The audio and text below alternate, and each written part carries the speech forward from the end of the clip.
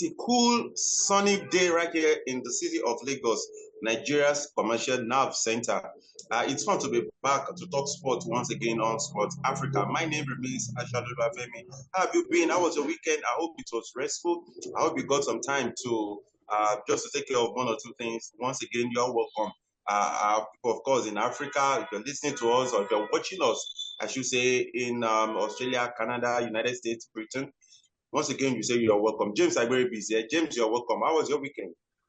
Thank you very much, Emil. My weekend was solid. And how was yours? Yeah, it was great. It was, of course, we're in the month of the Olympics, and of course, we're expecting African representatives to do great things at the Paris Olympics. So, of course, we'll get our fingers crossed as far as preparation is concerned across the continent of Africa. Today, let's quickly give you a sneak peek into what we'll be discussing on today's show. But please don't forget to subscribe to our channel. Please don't just watch. Please, the only way you can support what we do right here is for you to subscribe. Please share our videos. And we've said it, for the optimum time. If you think there is something that we can do better right here, please let us know in the comment section. Or if there is something happening regarding sports in your locality, your country that you think that we should talk about here, so that everyone out there will know what is going on. Please don't forget to put this in the comment section. Okay. Today, where should we start from? So much to talk about today, but let's get started in Cameroon. Now, Cameroon, Samuel Eto'o, the worries, and of course, the trials of Samuel Eto'o has not ended. He's in the third year now as the president of the FECAFOOT, but he is facing new battles every day. And of course, we'll be going to Nigeria, where our former ex-international said that foreign-based Super Eagles do not respect home coaches, local coaches, or indigenous coaches, however you want to put it. And of course, we'll be going to Zambia. Sadly, Zambia lost one of their own yesterday, Sunday, June 30th. We'll be talking about that. And of course, if we have time, we'll be talking about Euro 2024, not about Europeans, but about Africans playing for other countries in Europe. So those are what we'll be discussing on the show today. Please don't forget to subscribe to our channel, click on that notification button so that you get the video as soon as they are dropped. Please, you're pleading, please. That is the only support you can give us right here. James, let's get started. Of course, Happy George. No, let's start with Cameroon. James, this issue we've discussed it some time ago, but again, it is rearing its head again, and how CAF, the disciplinary committee of CAF, invited Samuel Eto'o to answer to some of the allegations that are being peddled against him. Because CAF was petition, remember, CAF was petition, FIFA was petition. We talked about it last year, but now I think it is time for reckoning. Samuel Eto'o was invited for questioning last week, Wednesday, by CAF's disciplinary committee on issues bordering on match fixing. Very, very serious allegation. And according to facts that was gathered, players playing in the local leagues in Cameroon, not one league, local leagues now, the top flight, and of course the other divisions are beneath it. The petition CAF. I'm just trying to put things in context so that our people around the world, our viewers will understand what we're talking about. The petition CAF that Samuel Eto'o helped a club gain promotion. And they felt that it was, and he used his office to bring the undue influence to help that club gain promotion. So CAF called Eto'o. They had it was a conversation they had behind open door. It was more like an interrogation. And after then, Samuel Eto'o, he said he had decided to drag CAF to court for trying to tarnish his name and the image he has been able to create in the world of football. Now again, Jeremy Njitab, of course, you know what happened to Jeremy Njitab last year. I think it was last year, early this year, when the issue of infidelity about his wife, that his two children were not his, it became a global topic. But again, he is the president of the Players Union in Cameroon. He has been having a long battle with Samuel Eto'o. As a matter of fact, at the 2023 African Cup of Nations in February, he was not allowed to enter into the dressing room of the Indomitable Lions on the instruction of Samuel Eto'o.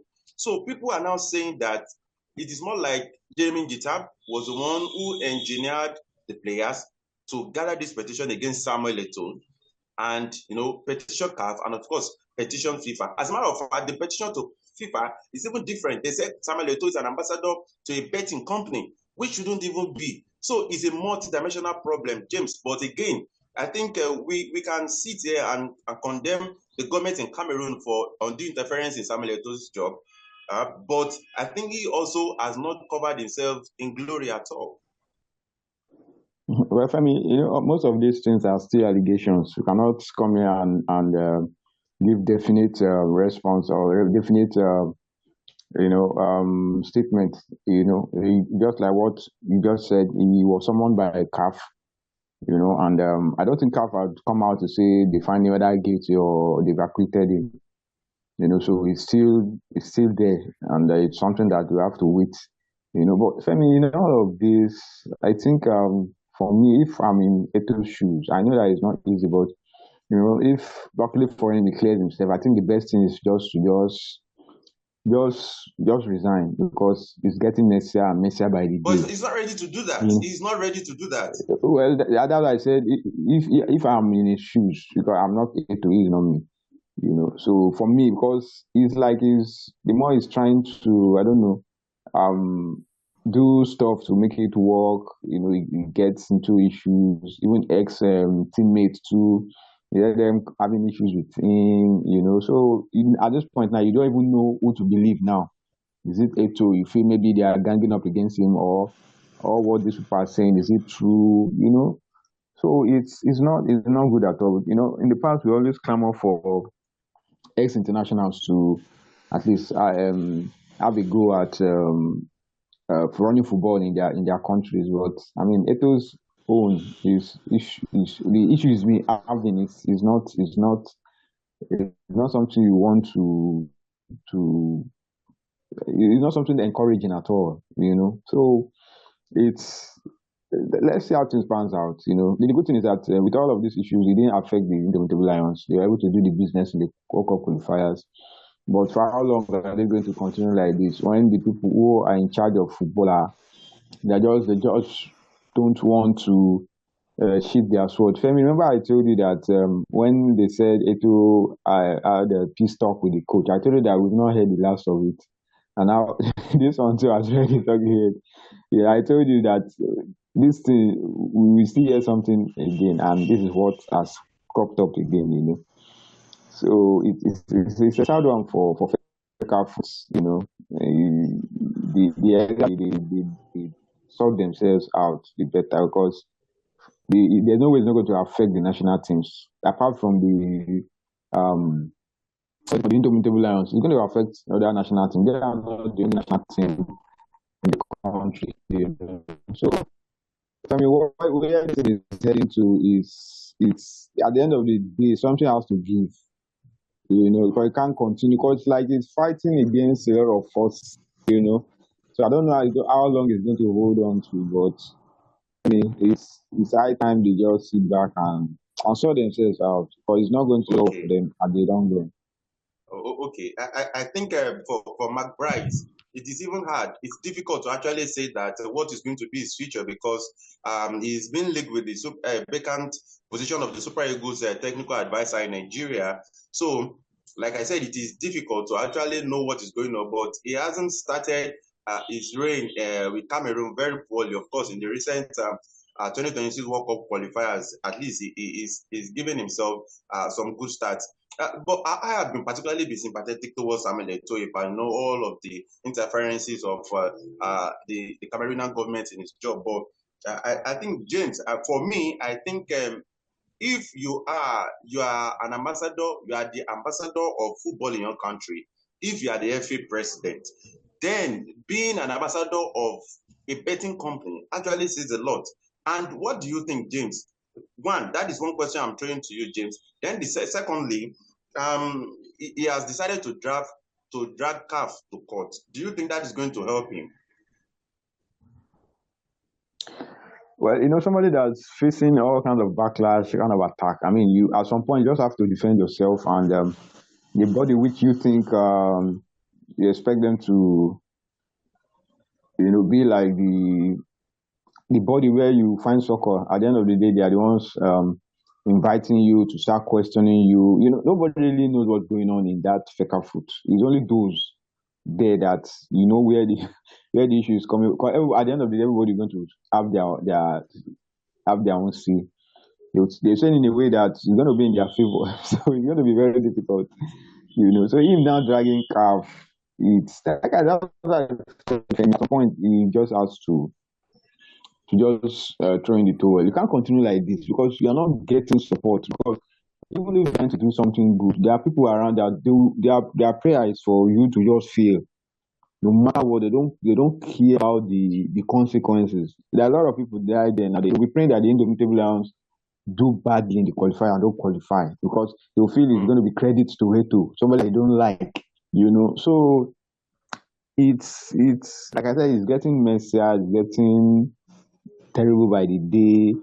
I wasn't surprised when you came up with this that another issue has cropped up because I said it before that it's going to happen, you know. And this issue of betting, he is going to defend himself. I don't think he's going to go there and say yes. He's going to have his say. He's going to say something because I want to believe that FIFA. he's experienced enough Sorry, to know all these that things. particular petition was. Sorry, James. Sorry to interject. That particular petition was written to FIFA, but FIFA has not invited Eto'o for questioning at all. But that's Mhm. just it's a separate battle that is going to fight on its own. And if Yeah. if FIFA finds him guilty, if FIFA finds him guilty, it's going to be handed nothing less than a lifetime ban from football.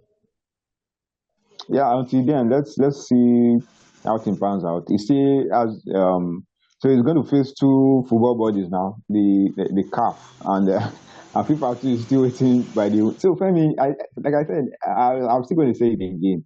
I think at some point, Eto just has to walk away because nothing is working for him as the president. It's just one crisis to another. You can't run a football body like this. No, I mean, no matter the kind of good intentions you have, you know, you are working with people that it's so glaring that he's working with people that are against him. There are people wanting to fail. Their own is just wanting to fail so that they can drive on. That's the way things are now. They don't care about the national. It's about power play. Everybody just trying to show that I'm in charge. Look at the issue he had with the Mark Bryce when you saw it was on video. I mean, you're not going to continue like this. Fine, you have people by your side, but Eto'o is fighting against a lot of forces. And for me, if like I said, if I'm in his shoes, Femi, me walking away after clearing my name, because yes, I'll just have to because it's becoming too much. There's no sane person is going to succeed in such a toxic environment. The whole place is so toxic, you know. So maybe when he came in, he stepped on a lot of tools. Because I remember I think he did a lot of reforms, and I don't think that although with a lot of people, and maybe they are trying to back at him. I don't know. I'm just saying. You know, so you cannot rule things out, guys. You know, so hopefully they will be able to sort themselves out because at 2020 something we give. I'm still saying something we definitely give, and it's not going to be it's not going to be palatable. All right, okay. For Samuel Eto'o, I would say what I would say is there are certain food you don't eat when you are in that kind of position. There are certain things you don't take. For instance, being an ambassador to a betting company, we all know how FIFA, how UEFA, how even the English FA crack down on players, you know, who have this culture of incredible culture of betting and all that. So if you're an FA, an ambassador, our president, you shouldn't even do that. And I don't also think that walking away will help you because even if you walked away from the job, I think FIFA will still made him answer those questions because in the future, if he decides to take up other position in football, he will still be made to answer to all those allegations. But particularly, I'm surprised about the conflict between himself and Jeremy Jita. They were former teammates. And of course, Jeremy Jita played for Chelsea, played for Real Madrid. I'm so surprised that both of them are loggerheads. Hopefully, peace will just reign in Cameroon football, honestly, for the benefit of for the the stakeholder who are the players. James, let's go to Nigeria now. Maybe you should tell us when the FA, the NFF will be appointing or announcing a foreign coach and who is going to be, because it seems you have a crystal ball at the corner of your room, James. But let's talk about what Abi George, a former defender, is saying. He said that foreign-based players, particularly foreign-based players, do not respect indigenous coaches. James, do you agree with that? Because we've seen that panned out several times. We saw that with Mikel and Stephen Keshi. Because there was a time Mikel said that Keshi was envying the players, because they earned cool money, unlike when he was playing and all that. Then we saw the Osimhen's tirade against Finidi George, in which anyone would not even dream of Osimhen doing that if it were against Jose Peseiro, because before he walked away.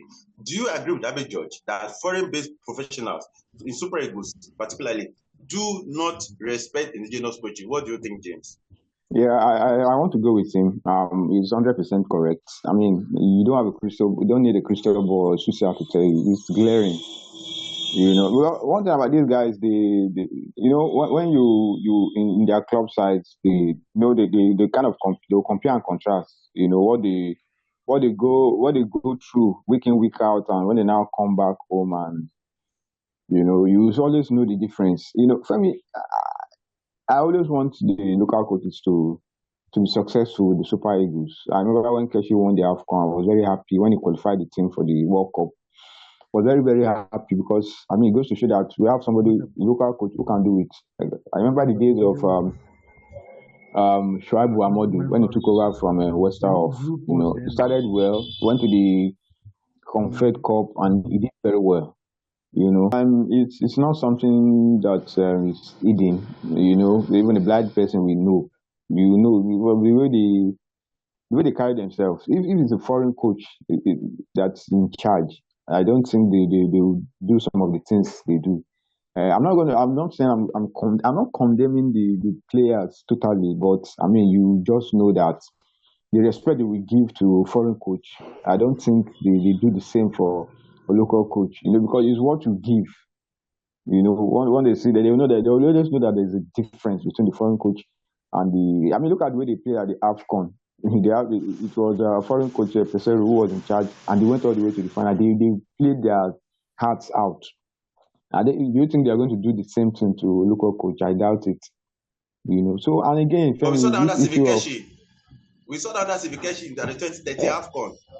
Yeah, that team was made up of a lot of debutants. Home-based players. There are a mixture of home-based players and a lot of guys who are still young. They had the likes of Nazi, Omiro. They are still young. They were still very new in the team. So, who are the experienced guys in that team? Eyama, Mikel, Yobo, Elderson, just a handful of them. Then Nigeria went to the highest number. If I'm not mistaken, I think Nigeria went to the highest number of debutants. I think 17. So, and these guys, you expect them to give their all, and they did very well.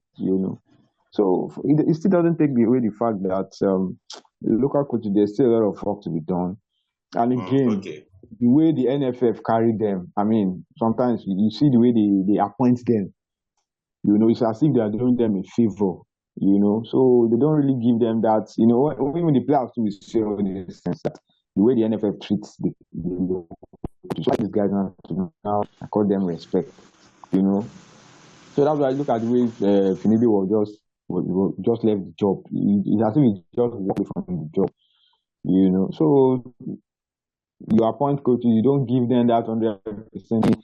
You still see cases of the NFF, their hands all over selections, all over a lot of stuff. It goes to show that the local coach is not fully in charge. So that's why I like I said, I always want the local coach to succeed. I want them to be part of the team. But Femi, that's always been my fears, about local coaches. And that's why a lot of them, they will still come out and tell you that they are still being old. The late Stephen Keshi, the late Amadi Shaibu, all these guys, they are old. So a foreign coach will drag you to FIFA. He has nothing to lose, So that's just the difference.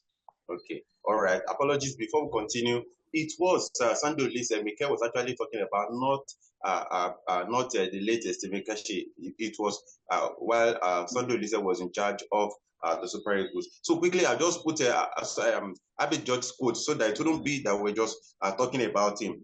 when, as you said, it's a good idea for the NFF to look to hire a foreign technical advisor, because from my point of view, I believe that these players need to respect the head coach or the manager. And I think especially the foreign-based players, I don't see any local head coach who will demand the respect that is required to lead this team. So that is actually what we are talking about. But James, do you think these players now have the right to cry racism in their clubs when they are put in that position? You understand?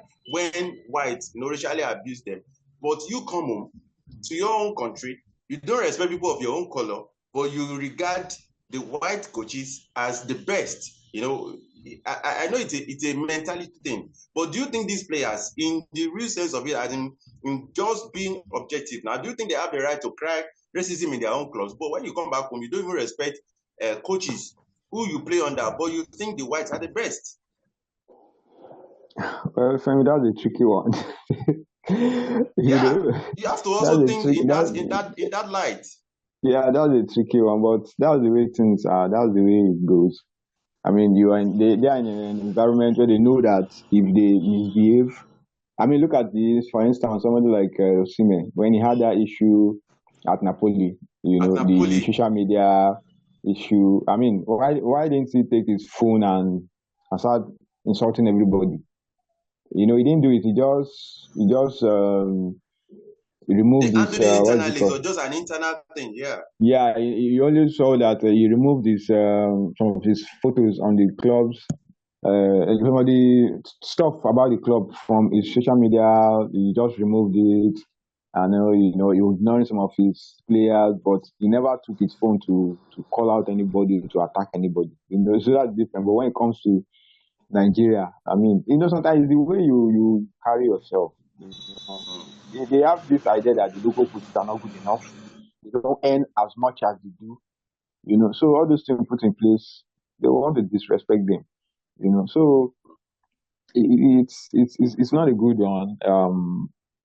Femi, and again, fine, we might say, okay, they are disrespectful, they are this and that, but even the local coaches, how many local coaches can you beat your chest that the coach can do well in the Super Eagles? How many of them? A lot of people keep clamoring for Emmanuel Amunike. Whatever success Amunike had was at the junior level, and what was his success at Tanzania? Sorry, if you think that last season, Napoli sacked 3 coaches in one season. So if you think that your respect will be based on how good the coach is, I think the players themselves have a very serious mental problem. Three coaches. First, it was Rudy Garcia who succeeded Luciano Spalletti. Then Garcia was sacked for Mazzari. Walter Mazzari was sacked. Then before this current coach that brought Slovakia to the Euros was appointed, and he took them through the season. So if as a player you think that a coach of your color only deserves respect based on what he's capable of, I think they have a very serious mental problem. That is how I see it. But for me, they cannot rant the way they rant in Nigeria back home. You don't expect them to rant that like that. When they are going to be fined, they are going to be dealt with seriously there. So it's a mentality thing. Not every player. You don't see every player that go into such. I mean, how would I want to disrespect? Even though you don't have a regard for the coach, it doesn't mean you just have to show it. I mean, at least just respect the coach. He's your coach. Just respect him. But this idea of trying to rubbish them because they are local coaches. And again, for me, how many people can come out and beat their chest and say they can stand toe to toe with some top African coaches on the continent? Can you name one? I don't think you can even confidently name one Nigerian coach, local coach, that can stand toe to toe with other African coaches. We've seen the likes of Aliou Cisse, somebody who won the AFCON, went to the World Cup. So what Asfaye, the coach, look at the Moroccan coach. So can you name one? No, you can't. James, we don't even have the coaching. For me, Femi, it's not as if I'm downgrading or I'm writing off Nigerian coaching, but how many of them can you confidently say what it takes to take this team to greater heights? I mean, so for me, I'm not writing them off, washing them down, but Femi, But Femi, we don't have them now. We don't, and they don't, and that's the more reason why the players would prefer a foreign coach. Okay, for now I'll shield myself, but it's a very complex thing. But James, I'll tell you that if we give our local coaches the same kind of opportunity that someone like Aliou Cisse got, I think what Regragui did at the 2022 FIFA World Cup is a one-off thing. But if you're talking about Aliou Cisse, I think he's been there for almost 7-8 years now. I believe if we give a local coach, even a layman, if you give him 7-8 years to build a team who has an idea about football, I think he's going to achieve the same success. I just want to believe so. Subsequently, we'll have time to talk about this. But on a solemn note, before we go, our heart goes out to the family of Justin Shonga, the former Chipolopolo player who died yesterday at a police hospital in Zambia. Of course, the Football Federation in Zambia have also they've issued a statement regarding that. Our heart goes out to him. He played for Orlando Pirates, played for, of course, Cape Town.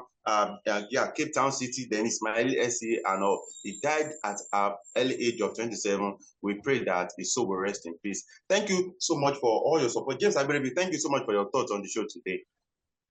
Yeah, thank you very much, Femi.